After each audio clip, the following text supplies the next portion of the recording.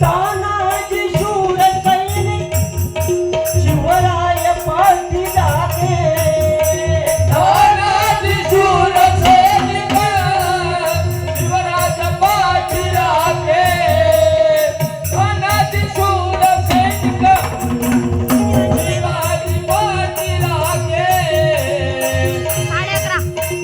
जाऊन कोणाला जाऊन कोणाला बळहरीचा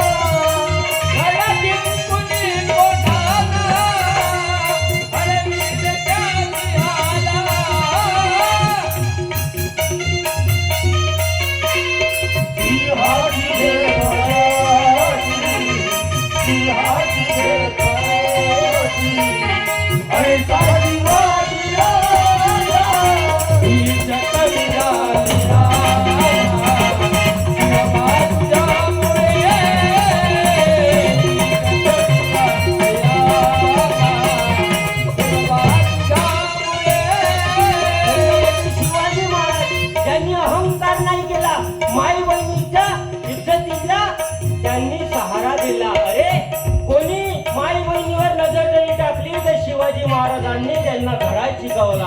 अरे आपण अहंकारात गेलो नाही पाहिजे. रावण गेला, कुंभकर्ण गेला, रावण अहंकारात गेला होता म्हणून तो मातीत गेला. अरे रावण अहंकारात गेला होता म्हणून तो मातीत गेला. आपण अहंकार कशाचा नाही केला पाहिजे. अरे अहंकारानं आपण मातीत जातो. अरे रावणाची सोन्याची लंका होती, सोन्याची लंका जे जळून खाक झाली. सांग रे बापू, रावणाची सोन्याची लंका कोण जाळली? हनुमान. हा हनुमान. बोला जोराने बोला ना. हनुमान. हनुमान बरोबर. रावणाची सोन्याची लंका कोण जाळली? हनुमान. हनुमान बरोबर. डब्बीची काडी घेऊन गेले होते का हनुमंतरायाची? अरे रावणानं हनुमंताच्या शेपटीवर पट्ट्या गुंडाळल्या. कोण? रावणानं. घासले कोण टाकलं? रावणानं. डब्बीची काडी कोण लावली? रावणानं.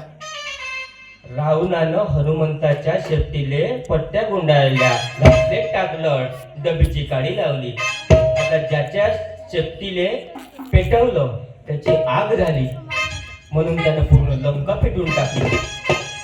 आता ज्याची शेपटी पेटवली म्हणून त्यानं पूर्ण लंका पेटवून टाकली. आता माई जर कोणी मागून बंगाली पेटवून नाही, मी बंद मंडप पेटून टाकील का? मी असं काही करणार नाही. रावण गेला, कुंभकर्ण गेला. रावण तर सोडा हो, रावणाचा भाऊ कुंभकर्ण ते एवढं भारी पीस होतं. ते 6 महिने झोपे आणि 6 महिन्यानंतर उठे. ते 6 महिने झोपे आणि 6 महिन्यानंतर उठे. आता मला सांगा, 6 महिने झोपलेला माणूस सकाळी उठल्यावर कुठं जाईन रे? 6 महिने झोपले सकाळी उठल्यावर आपण कुठं जातो? 2 नंबर. जोराने म्हण. 2 नंबर. हा 2 नंबर म्हणजे टॉयलेट कडं, बरोबर ना? हा. विचारा आजीले 2 दिवसाचं लेकरू नाही आवरत, ते लंबी धार फेकते. ते 6 महिन्याचं हनुस एखाद्याच्या गावात जर गेलं, एखाद्याच्या वावरात जर गेलं तर त्याच्या वावराचं भाग्यच खुलून जाईल. पण रावण गेला, कुंभकर्ण गेला, ज्याची जयंती कोण झाली नाही, पुण्यतिथी झाली नाही. तुमची आमची का होते? तेरवी असा मंडप राहायचे. 10-12 गावचे लोक जवाने बोलावते. असा मग एवढा मोठा मंडप, एवढा मोठा स्टेज, आणि त्या स्टेजवर महाराजा खुर्ची, त्या खुर्चीवर बुड्याचा असा पायदानी फोटो. जसं काही फोटो ग्रामपंचायतले निवडून आलं, आणि त्या खुर्ची समोर 2 लाडू, 2 जिलेबी आणि 2 अगरबत्ती आणि ते जेवणाचं ताट. आणि त्या फोटो समोर लोक पंक्तीत बसून मस्त त्या फोटोकडे पाऊ बुंदी लाडू दाबते, जिलेबी दाबते. ते पुढं त्या फोटोतून पाहते त्या फोटोतून म्हणते अबे बिना भाकरी पाण्याचं मारलं बे म्हणते. खबरदार म्हणते भूत बसून छात्यावर बशीन. तो सण ते एक वेगळाच आहे. तो कोणाचा बाप कावळा होते. कोणता सण होईल तो? अखरपक. अखरपकाचा सण तुमच्याकडे होते का? अखरपकाचा सण होते. माझ्या गावात एक अखरपकाचा सण होता. त्यानं जेवायला बोलवलं होते मले. म्हणे महाराज अखरपकाचा सण आहे म्हणे, तुम्ही 12 वाजता जेवण करायला ये जा म्हणे. म्हणलं ठीक आहे. मी काय सकाळी जेवलो नाही. 12 वाजता जेवण करायला जायचं. ठीक आहे म्हणलं. 12 वाजता मी गेलो त्याच्या घरी. त्यानं हा का तो डोना घेतला, नैवेद्य घेतलं, म्हणजे ते भात भाजी पोळ्या जे काही घेतलं ते, आणि त्यानं असं फेकत जाय म्हणजे पाव पाव काव काव ये. म्हणलं तू वर्त काऊन अन्न फेकून राहिला? नाही महाराज म्हणे इथं म्हणे आता कावळा येईन म्हणे, तो कावळा त्याच्यातले 2-4 चित्त खाईन म्हणे, मग आपण जेवण करायचं म्हणे. म्हणलं ठीक आहे. पण शास्त्र कावळं 12 काही आलं नाही. 12चे 12:30 झाले. 12:30चा यज्ञ झाला तर कावळं काय आलं नाही. पण शास्त्र असं म्हणते तर जोपर्यंत कावळं खात नाही तोपर्यंत आपल्याला जेवता येत नाही. मी असाच बसलो. 12चे 12:30 झाले. 12:30चा यज्ञ झाला. यज्ञचा 1:30 झाला. गुतलं असं कावळं कोण्या कामामध्ये. 1:30 वाजता उडत उडत कावळं आलं आणि त्या कावळ्याने त्याच्यामध्ये 2-4 शीत खाल्ले. तो म्हणे महाराज म्हणे हे माझे बाबा होय म्हणे. मी म्हणलं गॅरंटी आहे ह्योच तुझा बाप होय.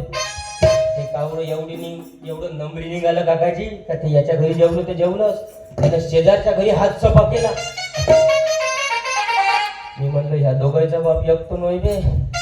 ते कावळं एवढं नंबरी निघालं का पूर्ण वार्डात जेवलं. मी म्हणलं खरंच कुठं लफडे बाद होतो म्हणून चौकात गेलं म्हणलं. म्हणून नखरे करू नका. तुकडोजी महाराज आवाज देते मेल्यावर मनशील गाव गाव कसा मग राहिल पंढरीराव राहिल पंढरीराव राहिल पंढरीराव मेल्यावर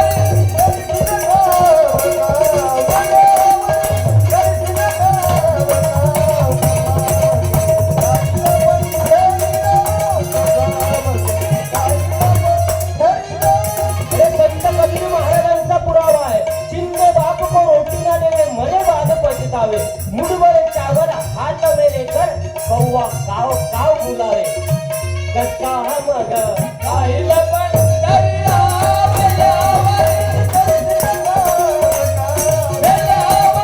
मनशील गाव गाव कसा मग राहिल पंढरीराव राहिल पंढरीराव. कारण कबीर महाराजांची गरिबी भोगली आहे. अरे कबीर महाराज दोहा लिखतात की कबीरा खड़ा बाजार में मांगे सबकी फेर ना किसी से दोस्ती ना किसी से बेर. अरे कबीरदास महाराजांनी गरिबी भोगली आहे. कबीरदास महाराज पुढे चालत असताना त्यांनी कबीरदास महाराजांच्या वडिलांनी एक सोन्याची चैन पाहिली आणि त्यांनी त्या सोन्याच्या चैनीवर माती झाकून दिली. पुढे कबीरदास महाराज गेले कि पिताजी आपने ये क्या किया, आपने ये मिट्टी क्यों झाक दी. कबीरदास महाराजांचे वडील म्हणतात की बेटा कबीर मुझे लगा कि तेरी नीयत खराब हो जाएगी. ते तुझे सोना दिख जाएगा. तो कबीरदास महाराज म्हणतात नहीं पिताजी फिर आपने मिट्टी पे मिट्टी झाक दी.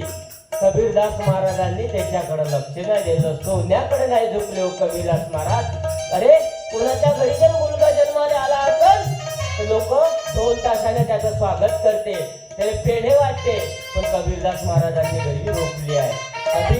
कबीरा जब हम पैदा हुए जग हसे हम रोए और ऐसी करनी कर चलो हम हसे जग रोए. कबीरदास महाराज पुढे लिहितात की मानवाच्या जन्मात आपण आल्यावर आपण काय करा, खूप सारी बिल्डिंग बनाव, 4 मजली बिल्डिंग बनाव, खूप सारा पैसा जमा कराव, 4-5 एकर 10 एकर शेती घ्यावं आणि वरच्या मजल्यावर काय फाशी घेऊन मरात